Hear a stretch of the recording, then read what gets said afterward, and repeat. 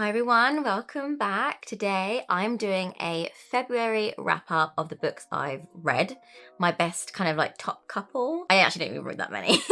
Does include some audiobooks as well. I'm going to continue to put these out slightly later in the month because I just need to definitely make sure that I've finished them before I then bring them to you in a wrap up / like review. So I guess better late than never, huh? Never. Okay, I've been trying to branch out and I finally got myself over on to Black Book Talk. I've been trying to get on to like queer talk, queer book talk, trans book talk, like disabled book talk, just so I can branch out from white authors. Not that there's anything wrong with white authors. I just feel like I need a little bit more culture and I like to kind of educate myself. And I do feel like even though it's always fantasy, I do learn a lot about other cultures, other groups of people, and I really enjoy broadening my horizons. As a straight white woman, I like a little bit of everything, to be honest. And I did find that my algorithm was just pushing me the same stuff, and I did feel like a lot of the books were very samey, especially the ones about fairies and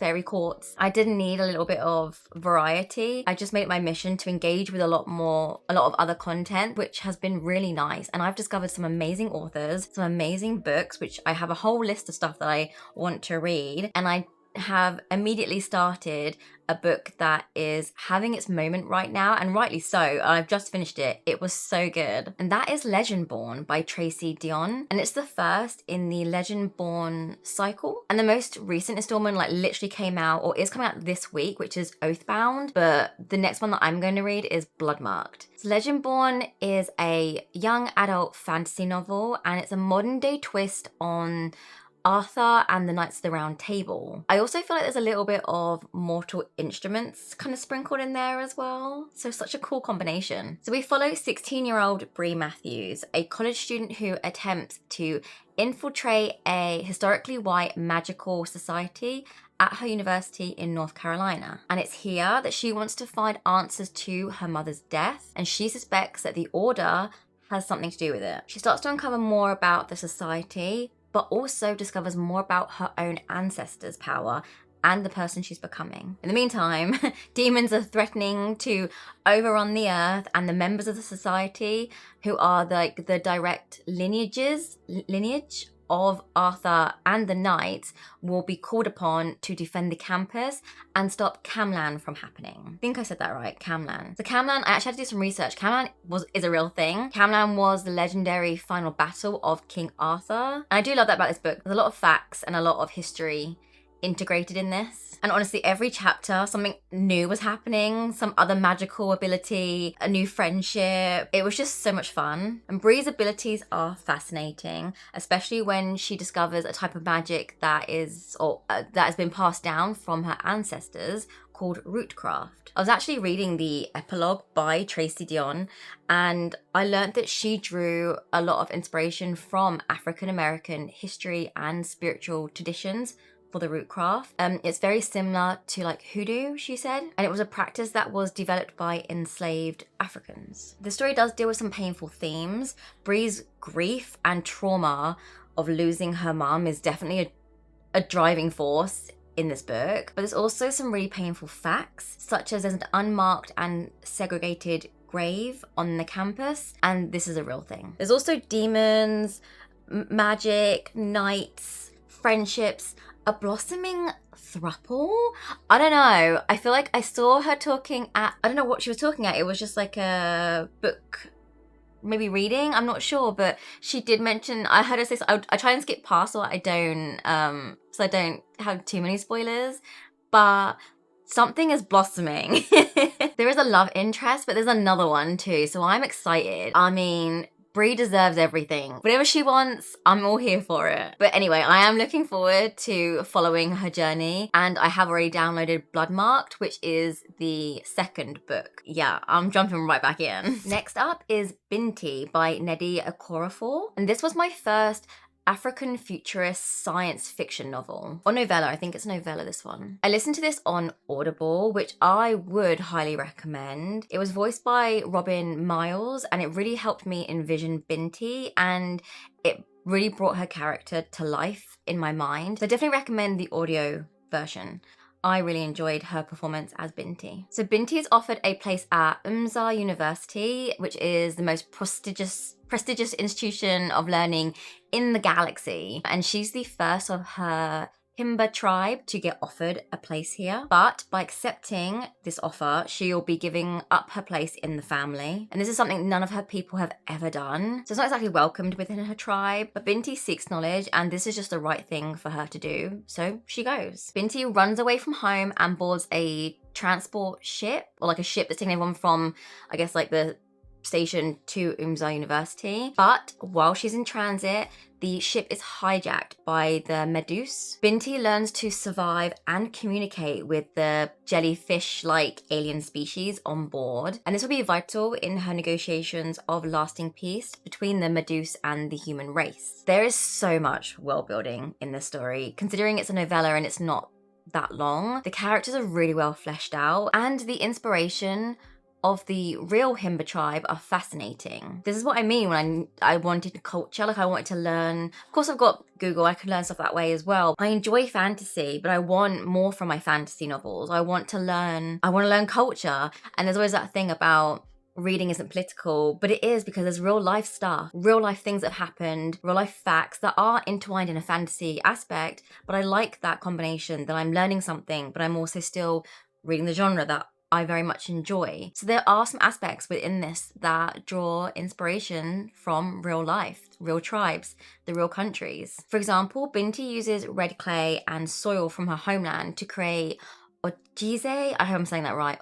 Ojize. And this paste has healing properties when applied to the Meduse in the book, and Binti wears this paste on her skin and in her hair, which is exactly the same as the Himba tribe in Namibia. I think they might use like ochre and butter and other things, but still, I really enjoyed that kind of cultural reference. So not only did I enjoy Binti's journey through space and the galaxy and coming into contact with an alien race, but I learned so much about other cultures too. Beautifully written, Binti has gone on to win multiple literary awards, including the Hugo Award for Best Novella and the Nebula Award for Best Novella. Binti actually has 3 more novellas, so her journey has like literally only just begun, and I'm excited to complete that series and find out what other amazing things she's gonna do. Now listen, if you didn't watch my January wrap-up, you won't know that I've branched out into monster romances. But if you did watch it, then you're very much aware. And I did say that I wasn't done. I did say. So I am pleased to admit that I'm continuing on that monster romance path. Some of these covers are honestly so good or interesting. I mean, I don't know, whatever you want to call them, but in fact, it's not even just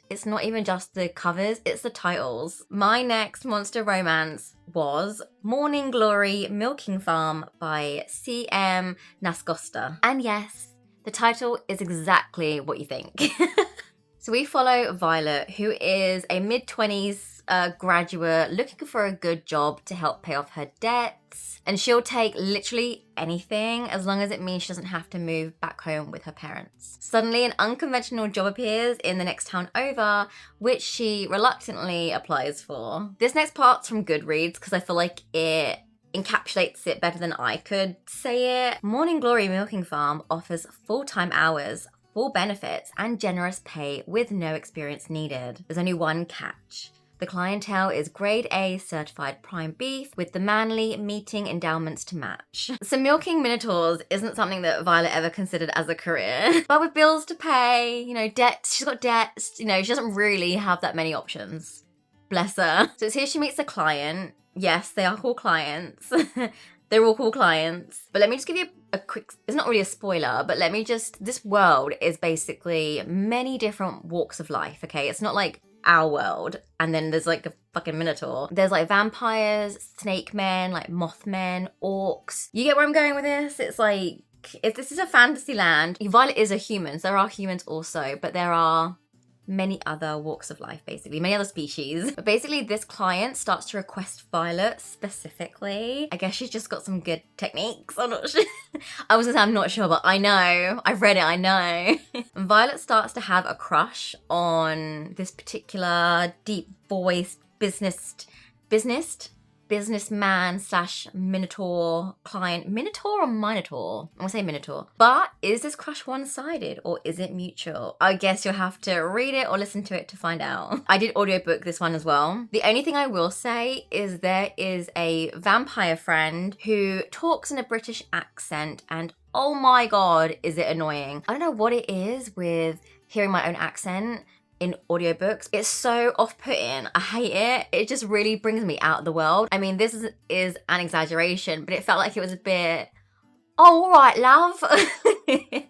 Let's have a cup of tea then, shall we, love? That's the only downside, I would say. So maybe if you love an English accent, a British accent, British, then maybe you'll enjoy this, but maybe you'll enjoy that character, but that character just, no. Like I was saying earlier, the covers are what get me, but the title obviously also played a huge role in why I chose this. I was like, Morning Glory Milking Farm, like what is this? I have to read this. I have to know what happens. Like I'd have to know. So if you're like me and you're curious and you need something completely different from like horror or high fantasy, maybe need something different from fairies and the courts of fairies, you might enjoy this as a palette cleanse. Anyway, those were my top books for February. I hope I've inspired you to kind of branch out if you were like me and were just kind of being recommended the same types of books or even just the same kind of authors. It is nice to branch out, and you do sometimes have to make the effort because the algorithm will just push you the same shit. But I'm so glad I've branched out. So yeah, let me know what you read in February. I'd love to know. Or have you read any of these? Or do any of these take your fancy? If Morning Glory Milky Farm's a bit too much for you, please check out Binti and Legendborn. They are so good, like so good. Anyway, that's all for today. Thank you for being here, and I'll see you all next week. Bye.